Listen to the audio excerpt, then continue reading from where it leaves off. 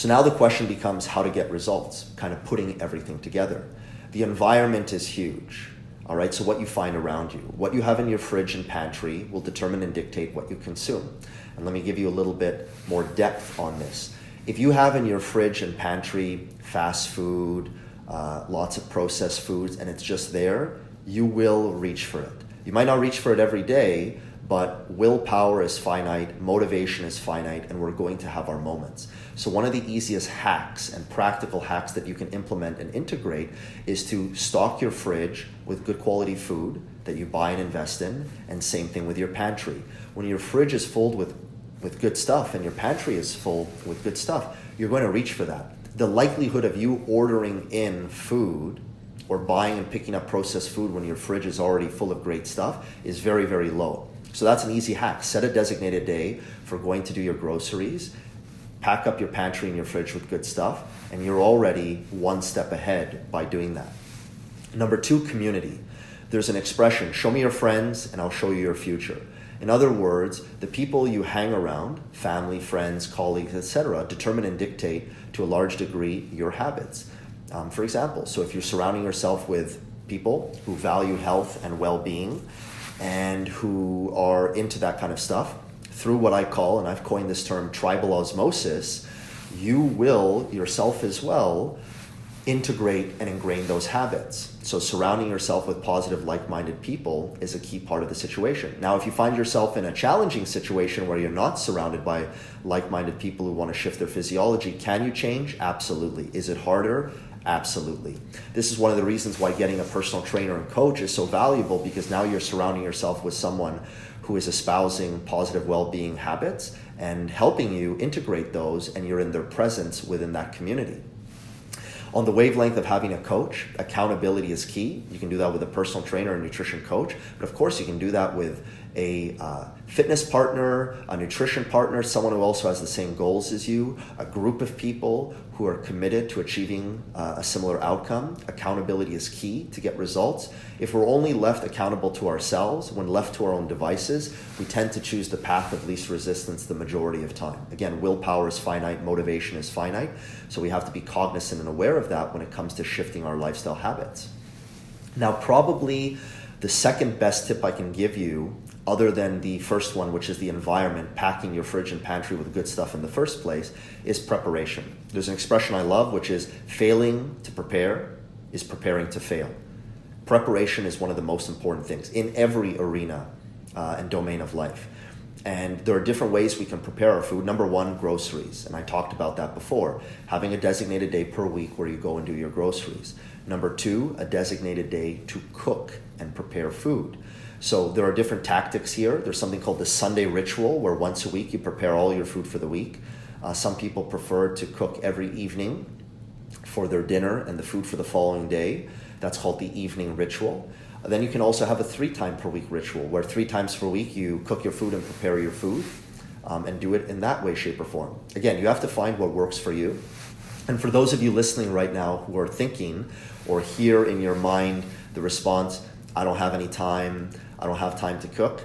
Well, that may be true and may not be true, but I'll give you a tip that I've given to many of my clients over the last 10 years, which is to invest into prepared meals. Your average prepared meal will be in the price point of $10 to $15, depending on the company. And you can buy 5 prepared meals per week, 5 lunches, 5 dinners, what have you. And it's cooked, it's ready to go. There's no cooking on your part. It's easy and simple. And I myself do prepared meals. I've done them for many years, particularly when I'm busy. It's a great hack and a good investment.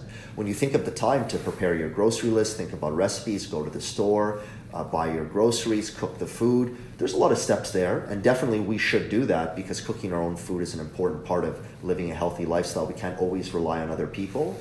But if you're tight for time, particularly at this moment in your life, prepared meals are a great way to bypass that limiting factor and jumpstart your well-being and your health goals. Now, consistency is a huge component as well of how to get results. If you, quote unquote, eat well for 2 to 3 weeks, and then you fall off the wagon, so to speak, for another 2 to 3 weeks, you're going to enter this yo-yo territory where you're going to get results, lose results, get results, lose results, and frankly, 10 years can go by and you've gotten 0 results. Despite starting many things many times, it's the starting and stopping that's really the killer. And this is why we're trying to shift away from the dieting mindset and mentality and rather gravitate towards sustainability and consistency so that we can achieve those results long term. And consistency really stems from commitment and daily rituals. And daily rituals are really the key to transcend motivation and willpower. What do I mean by that? Well, when you brush your teeth, if you brush your teeth every day, you don't have to think about it. It's just a part of who you are. It's a ritual. It's a subconscious mechanism that we engage in.